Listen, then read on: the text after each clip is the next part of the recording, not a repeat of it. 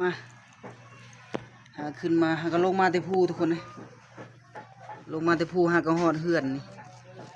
มันล้นคนหนูก่อนนี่บ่อยากมานบ่ได้4 โต